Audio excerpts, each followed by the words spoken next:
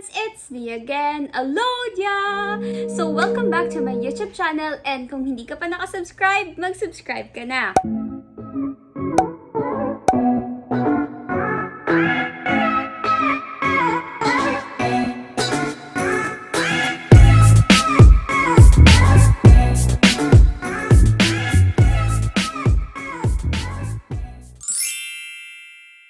Subscribe ka na!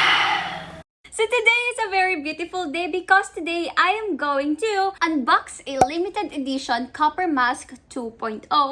Plus, I am going to teach you how to assemble your CopperMask. Let me first tell you what CopperMask is. So according to this pamphlet, CopperMask is the first and 100% guaranteed original copper mask in the Philippines. It has an antimicrobial film with infused copper strands, non-woven fabric filters, and is effective to kill 99% of different bacteria and viruses. See, if you're going to use CopperMask, aside from you're going to be safe from all the bacteria and viruses, you can also look fashionable or stylish at the same time. And what I like pa about having a CopperMask is that meron siyang sariling ziplock. So if ever na you'll not use it anymore, you can just put it inside this ziplock, diba? So that it won't get exposed. Unlike other masks kasi na when you buy it, you have to make tapon pa. So, mas magandang gumamit na lang tayo ng CopperMask kasi yung filters niya, they are washable up to 2 times plus each filter is reusable up to 3 times. So, I think it's super sulit and super worth it because according to my family members na gumagamit na ng CopperMask, sobrang comfortable daw sa kanila, and sa CopperMask 2.0, you'll be able to breathe properly and hindi sobrang exhausting yung paggamit ng mask. Let's start!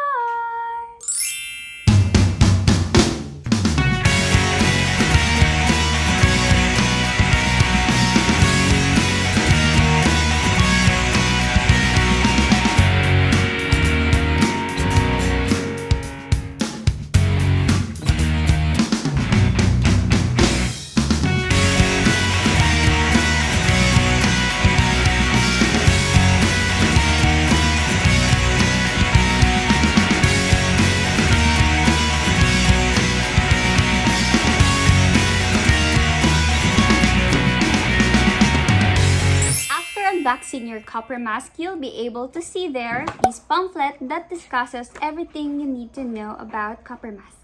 5 pieces of pink and 5 pieces of white non-woven filters. Then this is your CopperMask Antimicrobial Film 2.0.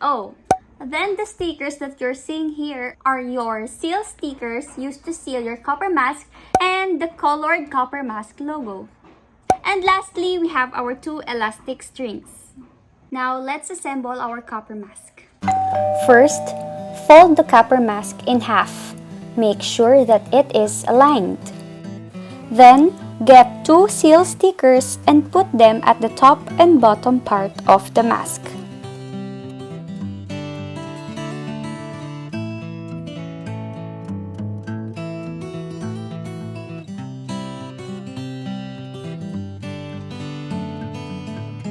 Choose any color of the CopperMask logo and then put the 2 CopperMask logos on both the upper left and upper right part of the mask.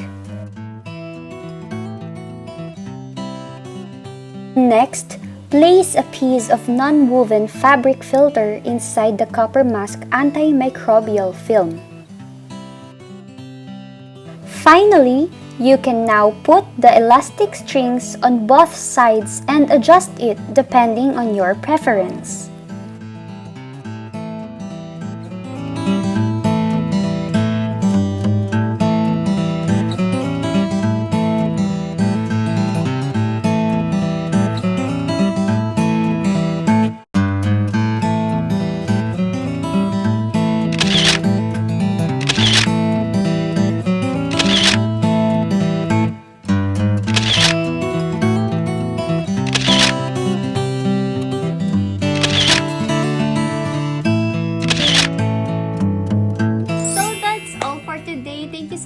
Watching, and I hope may natutunan kayo today. So, this is me again, Alodia! Bye!